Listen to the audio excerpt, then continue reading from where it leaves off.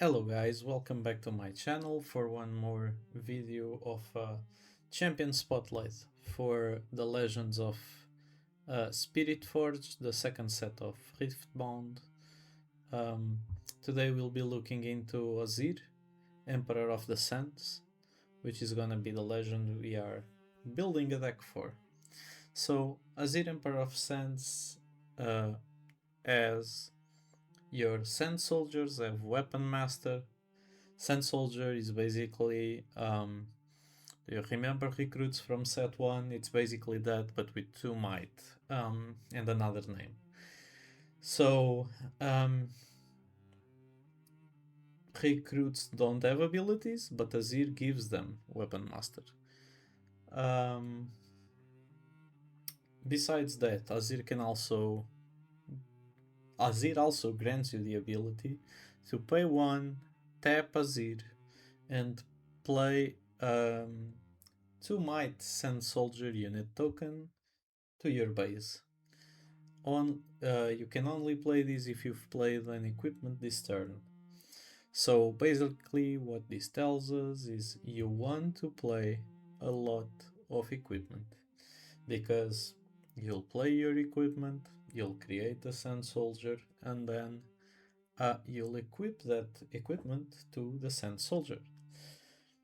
And that's basically it. So this deck is mostly running cheap equipment, a bunch of creatures, some small, because you actually could just run all the small equipment, but I think some creatures are worth running instead of garbage small equipment, because the equip costs are real and you don't want to like equip 10 equipments to one creature, because who the hell is gonna send 10 runes to the bottom of the deck anyway. So you gotta be kinda selective with the equipment you're playing, unless you want to really rely on the rise, and then you don't follow my deck list, you go and collect all the equipment that costs 1 and 2 and you play those. But here I'm just gonna pick the equipment I think it's worth having in the deck. It's still a lot of them. There's a bunch of equipment that we put in this deck, and let's take a look at what I've cooked for like a first deck list with Azir. So, first things first, let's just take a look at the runes. It's an even split, and then we have the battlefields. Grove of the God Willow is already very popular and known. Let's just look into the 2 new battlefields from Spiritforged, so we can have an idea of what we are doing. When you conquer here, you may pay 1 energy to ready your legend. Why do we run this? Because sometimes you want to create a token, you want to conquer a point, untap Azir, play another equipment, create another token, and then this basically is allowing you to create 2 sand soldiers a turn instead of 1. It's pretty good. I haven't tested the deck enough to know if there's another better battlefield than this one, but this one's pretty good. The issue is that there are some other legends that can make use of this ability sometimes better than you do, like Irelia. Irelia with this battlefield is kinda scary. Let me tell you that. But then we have Orden's Forge. This basically reduces the cost of equipment if you conquer this battlefield. This is insane in Azir. This is exactly what you want to be doing. If you ult here, it's amazing. If you can just do a cheap conquer and then play equipment, it's amazing. Either way, this battlefield is amazing. Then we have one of each of the Azirs. I'll just read it to you guys. So first one, it's the yellow Azir. It's Azir Sovereign. It has Accelerate, and when I attack, you may move any number of token units to this battlefield. So what this allows you to do is to have a bunch of tokens that are tapped and move them together with Azir to conquer another point. So, for example, if you add tokens from previous turns, you can send them to a battlefield, you accelerate Azir, and then you attack the other battlefield and bring those tokens that survived with you. Pretty good. Allows you for some crazy conquers in the mid game. I'm not sure this one is better than the other one. The other one is kinda insane. Let's talk about it. So now, after the yellow Azir, we have the green Azir. So Azir Ascendant. It's a 6 cost with a 1 green power for 6 might unit. Champion unit. That has only one ability, which is a green rune, a green power basically, and it's an action, so you can do it on combat, even on your opponent's turn. And it says, choose a unit you control, move me to its location, and it to my original location. If it's equipped, you may attach one of its equipment to me. Use only once per turn. So this ability is very powerful because your opponent has to be really afraid of these swaps. Because you can swap Azir out with the unit and save Azir, or so imagine your opponent wants to kill Azir. You can just swap with a unit that you don't care about to kill it instead of Azir. Similarly, if your opponent wants to get rid of one of your tokens, he has to think that you can move Azir there, take hold of the equipment that token has, and just blow him out in combat. Mind you, Azir is already a 6 might unit. Any equipment he picks up is probably be at least 7 might. If it's a bigger equipment, it's even scarier. So, yeah, I think this Azir is really scary. I'm not sure which one of the two is best to have in your champion unit zone. I'm still testing this build. So, yeah, there's that. But it's cool to have two very good options. So, it's better than having no options. So, next up, we are running 2 Defy. Maybe we shouldn't. Maybe we should run more not so fast, because we want to protect our gear. Then 3 Doran Shield. I said we are not running bad equipment, so why are we running Doran Shield? Doran Shield basically allows you to create a 3 might unit on turn 1. Because you have 2 runes, you tap 1, play Doran Shield, play a Sand Soldier, equip it to Doran Shield. Pretty basic stuff. I'm not sure this is good in the late game, because you don't want to pay a power to equip Doran's Shield. It's still good with the Rise, so that's why it's here. I think this is the most relevant of the cheap equipment that are available in these colors. Next, after Doran's Shield, we are running 2 Charm, 1 Not So Fast, new card. We've talked about it in Horn. It basically protects your units, protects your gear. I think the card is really great. It's just on... I just left 1 main and 2 on the side, but probably should be a main, because it's gonna be a gear-centric set, and probably you're gonna run a lot of gear anyway. You wanna protect your gear. People are gonna run gear destroying effects mainboard. Very likely. Then we are running only 1 Guardian Angel, because I think the effect on Guardian Angel is irrelevant for your tokens. It's a lot better for units, and you're not running that many units you want to protect anyway.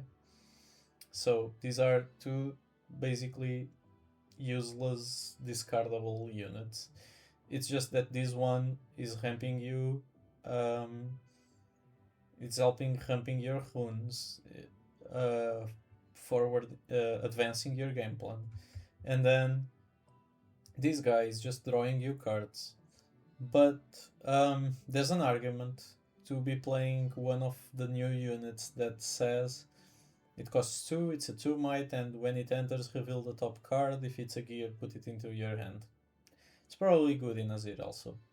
So, I'm not saying this is the definitive decklist final. This is a work in progress. I've been playtesting this, and I'm just here to give you what I think about like a good starting point to Azir and options to consider.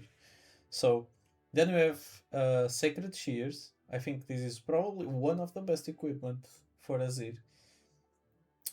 Death Knell draw card is very relevant to have on your tokens.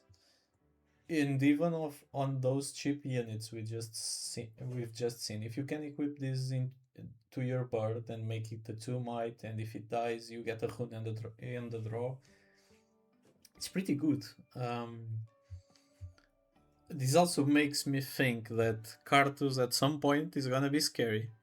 Karthus in the set is in set 1, and the champion unit says double the effects of Death Knell triggers, or double your Death Knell triggers. It's something like that. So, yeah, Death Knell draw card is definitely powerful.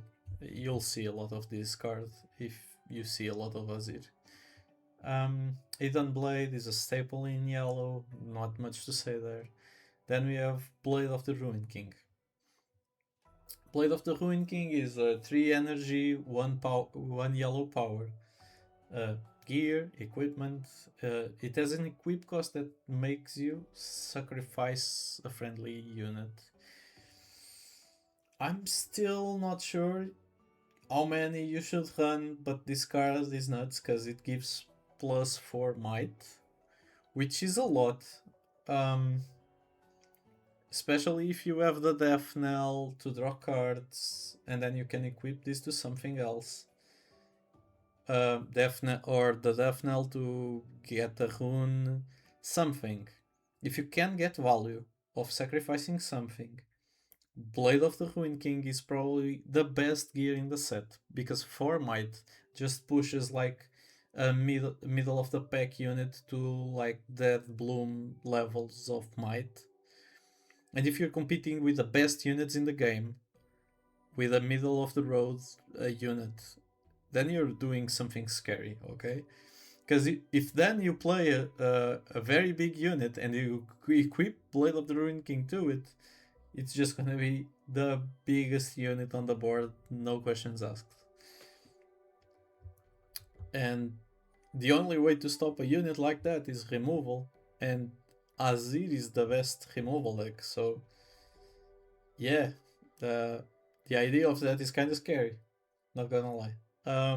Bounce is probably the best answer, actually, to Blade of the Ruined King, like on a big monster, like a Tasty Faefolk. Imagine this on a Tasty Faefolk.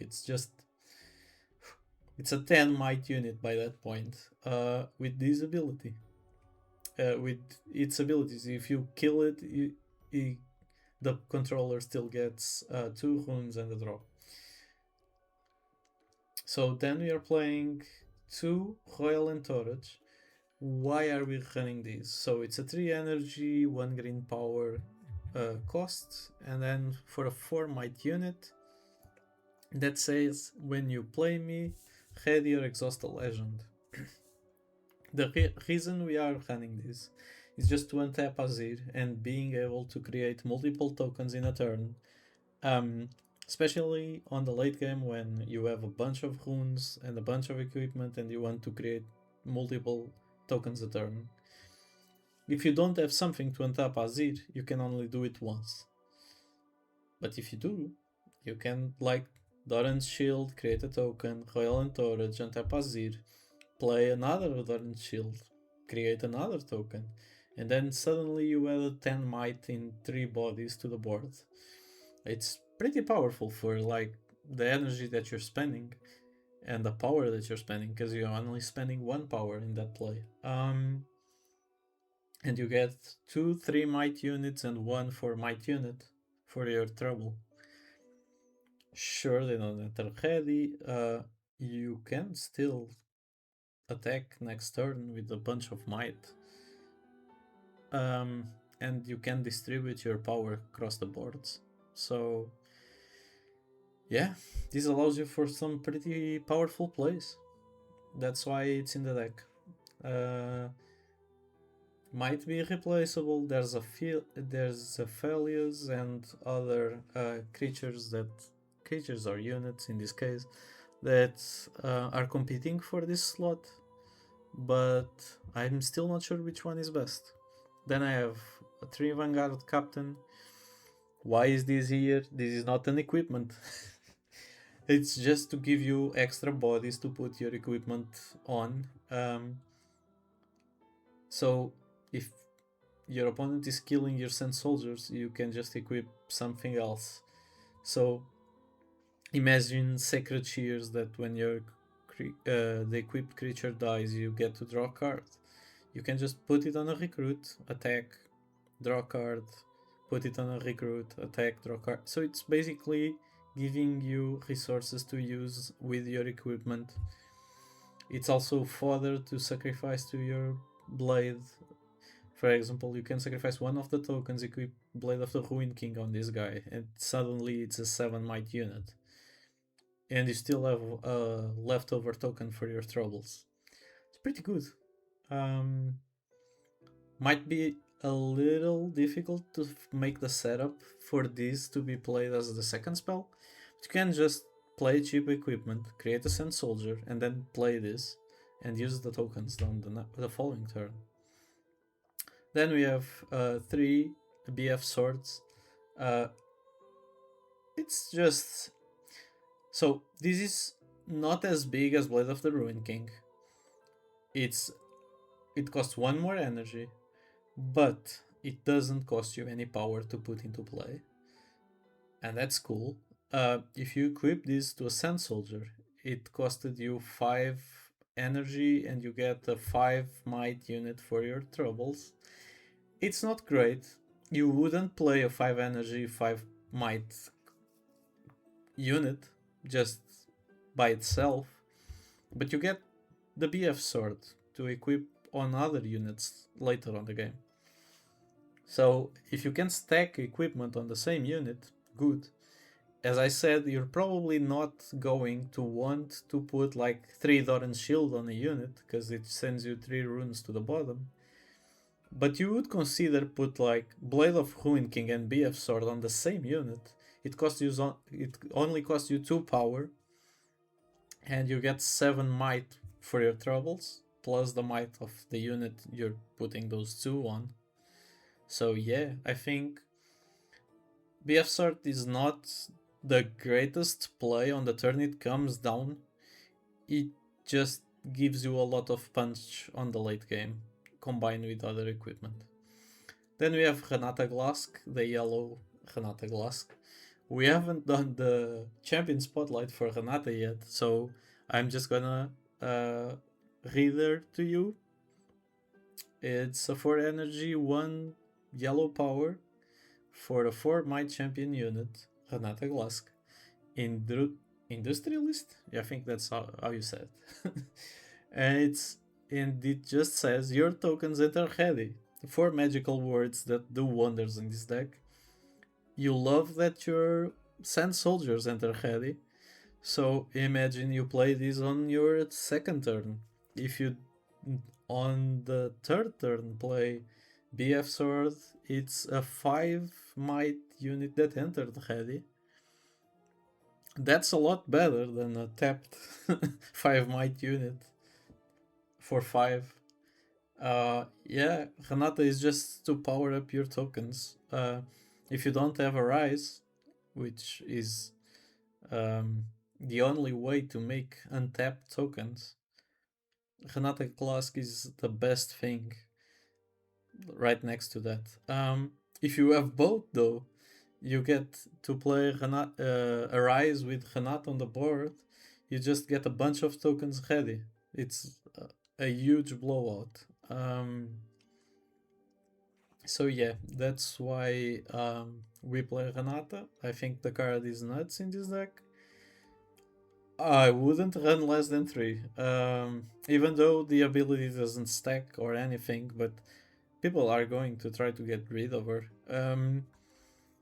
She'll get charmed, singularity, whatever your opponent has, he will use to try to kill Hanata. Because if you just leave her on the back and all your tokens enter ready, it's gonna be so scary for your opponent. And then we have Arise, which is Azir's signature spell. We are running 3 of these because it's an amazing card. It plays a Sand Soldier creature, unit for each equipment you have, and then readies 2 of them. Unless you have Renata, and then you ready all of them. But yeah, so that's what you're trying to do. Yeah, this card is just nuts. I'm not sure I should be running more equipment just because of this. But as I said before, I think that running useless equipment also damages your late game. So yeah, I still need more playtesting with this deck. Particularly, I've been playing a lot of Orden. I'm loving the deck, so Azir is not being played as much. But if you have suggestions for me, let me know. I then have a Tasty Faithful and a White Flame Protector to round out the list. Just very good units to give you resources or pump your tokens. Like White Flame can just pump one of your tokens and you slam it into one battlefield. And then you get a 8 might unit for your troubles that you can then equip with your other equipment and make it even bigger. Yeah, that's why White Flame is in here. You could convince me that it's just better to play something else, like another Tasty Faithful that has Accelerate and you can equip it with stuff and slam it. Yeah, I'm open to conversation about which cards should make the cut or shouldn't make the cut. But as it stands, we are running 3, 6, 7, 9, 12 equipment. Maybe it's not enough for Azir. Maybe Azir wants to run more equipment. I feel like 12 it's a pretty decent number. But yeah, maybe you want to be running more. It's just that this equip cost is not all that great. You certainly don't want to cut Renatas off of the deck. You can cut these units, but then you have to play cheap equipment that, as I said, you don't want to equip to units on the late game. Yeah, this deck is tricky to manage, but I think there's still room for improvement, a lot of room for improvement. Then I just have a really solid plan of sideboard with Chan and Leona, staples from sideboards in yellow on set 1. Salvage, of course. You could convince me that the green guy that also kills gear is better in this slot. But the draw card in this deck might be better. I'm not 100% sure. And then we have 2 not so fast that, as I said, it's probably better than Defy. You should just cut Defy and run it here and open slots for other stuff. Yeah. And that's pretty much it. This is my deck spotlight for Azir. Tell me your opinions about the deck on the comments, what you've been testing, what you've been running. I want to tweak this deck a little bit more and mix up the numbers. There's also a card that, let me navigate a little bit here. So let's go to card gallery. There is also a card, a green. Well, let me just. Let's talk about options for the deck for a moment. So,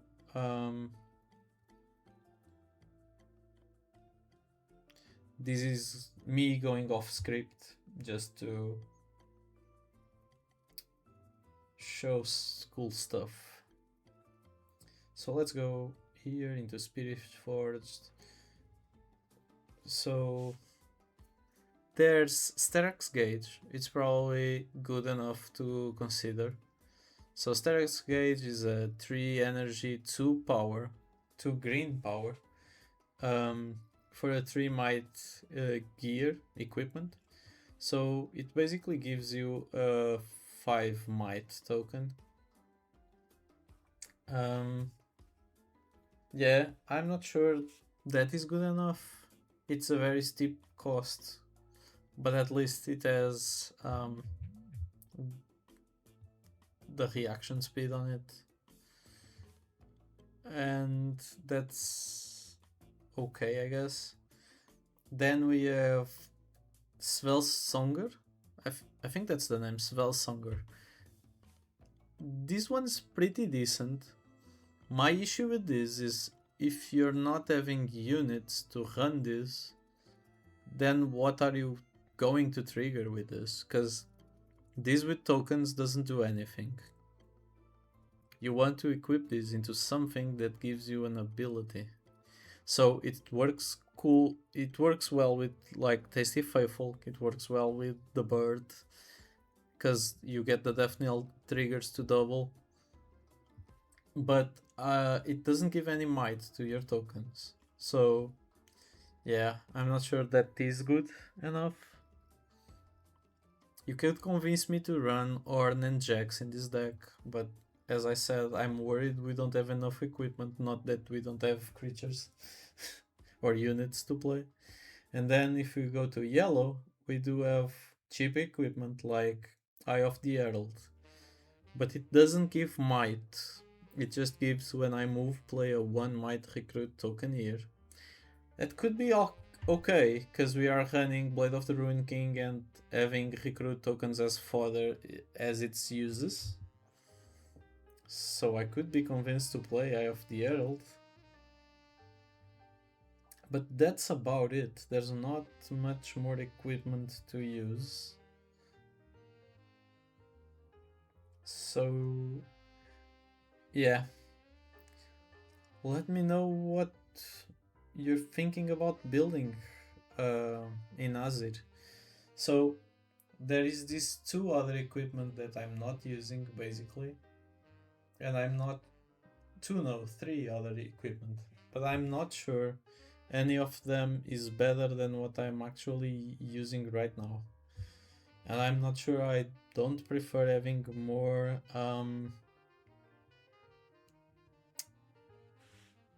just more units for because think about this. Now we cut more units to run like more Guardian Angels. We could also run more Guardian Angels, but they don't do anything with your tokens. If the token dies, you just lose Guardian Angel. It just gives 1 might. Yeah, it's probably Sterak's Gauge. It's the next best thing, but it's so power. The power cost is just so much. I'm not sure it's worth it. And then you would have to cut either counters or charms or removal in some way or good creatures in general to run more equipment, and I'm not sure you want to do that. Maybe cut one of the 2 drops, maybe Clockwork Keeper, but your Clockwork Keeper is giving you draw power, so that you don't want to be on top deck, and this deck is very